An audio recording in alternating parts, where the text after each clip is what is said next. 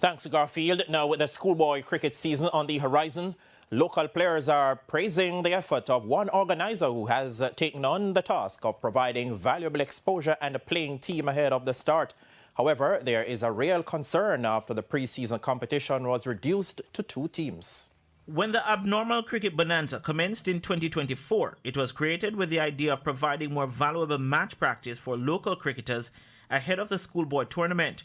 1 year on, there is concern over its sustainability after only 2 teams, St. Catherine High and St. George's College, will contest a best-of-2 series. For the players, 2024 provided them with a unique opportunity of watching back their performance.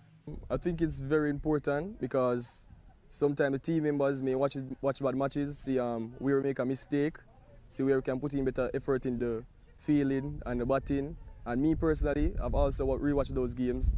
So see where I can be more efficient in my bowling and what we need to improve on going into the season. St. Catherine High player Delano Forbes believes there is a massive void in the local landscape that is affecting the next generation of players. I'd like to see more exposure of the cricket, especially in the primary schools, because recently I was working a summer job at St. John's and we were discussing St. John's Primary School, and I was asking what they like, and I heard nobody mention cricket, not a soul. And the school and many players came from the same primary school, St. John's high school, primary school. So I was asking them if they know about cricket. None of them knows the game cricket.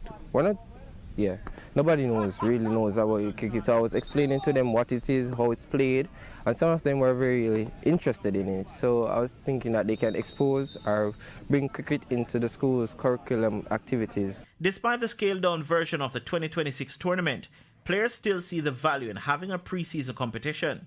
With us getting the practice matches before we enter the season, it really lets us see if the training that we've been doing over the couple of months really is going to pay off. So we get those, just see how far the training has brought us over the few months. 2024 finalists Excelsior High and Jamaica College were the late withdrawals from the tournament.